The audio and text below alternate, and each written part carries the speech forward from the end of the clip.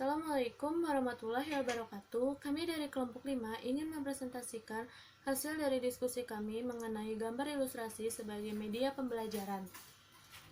Saya Arnawati akan menjelaskan tentang pengertian ilustrasi itu sendiri.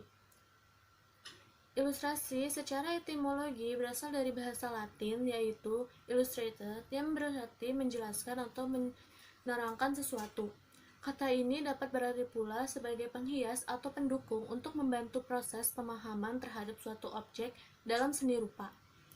Dengan demikian, gambar ilustrasi berarti gambar yang menghias atau membantu pemahaman terhadap sesuatu, menurut Tohraman 2017. Secara umum, ilustrasi berarti suatu gambar atau foto yang bertujuan untuk menjelaskan teks sekaligus menciptakan daya tarik.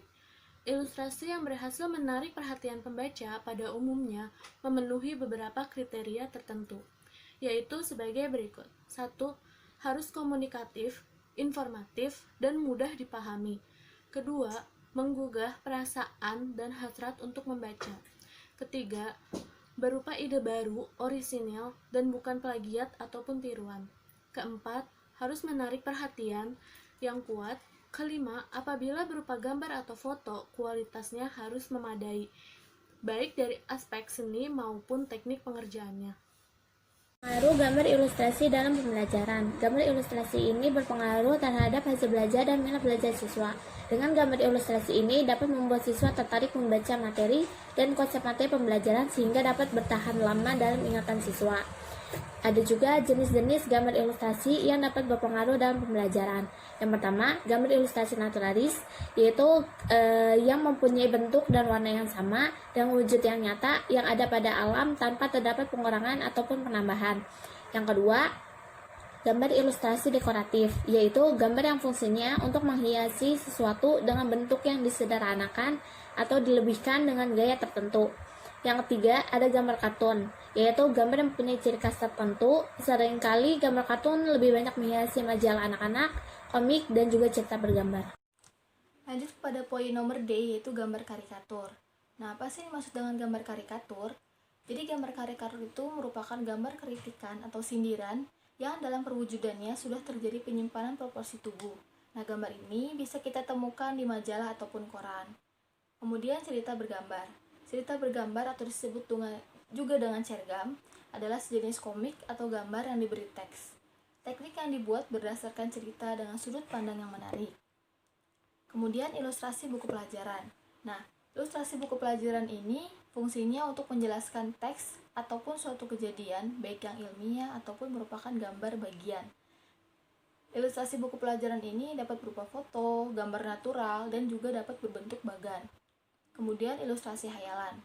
Nah, ilustrasi hayalan ini adalah gambar hasil olahan daya cipta dengan imajinatif atau daya hayal.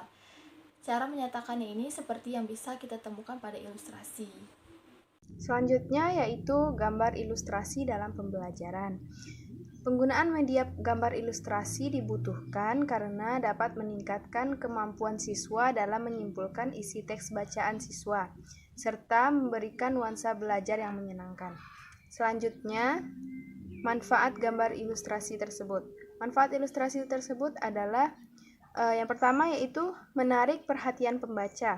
Yang kedua, memudahkan dalam memahami suatu tulisan. Yang ketiga, sebagai sarana mengekspresikan ide atau pikiran melalui sebuah gambar. Yang keempat, menjelaskan secara singkat sebuah tulisan atau cerita. Yang kelima, meningkatkan nilai estetika sebuah gambar atau tulisan. Yang keenam, sebagai sarana untuk berkomunikasi. Yang ketujuh, memberikan hiburan sehingga pembaca tidak bosan saat membaca sebuah tulisan. Dan yang kedelapan, menjelaskan sebuah konsep melalui gambar.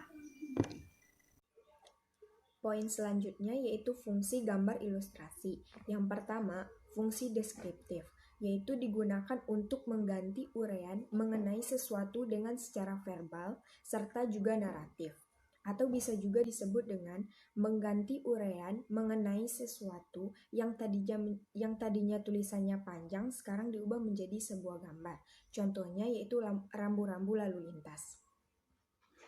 Yang kedua, fungsi ekspresif, yaitu untuk menyatakan suatu gagasan, perasaan atau maksud tertentu menjadi nyata sehingga dapat dan lebih mudah dipahami.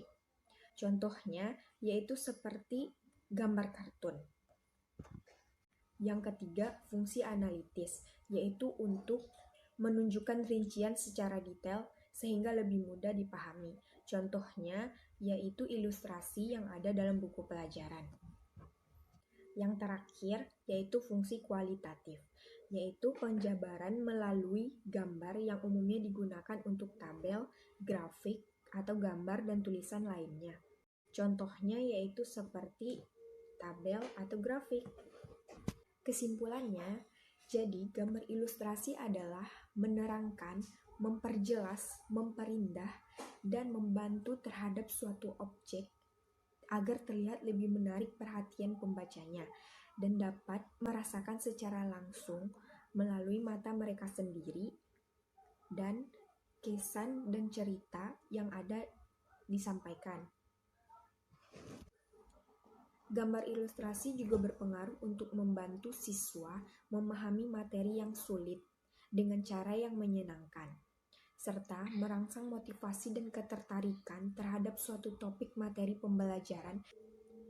Baiklah, sekian hasil diskusi dari kelompok kami. Terima kasih atas perhatiannya. Assalamualaikum warahmatullahi wabarakatuh.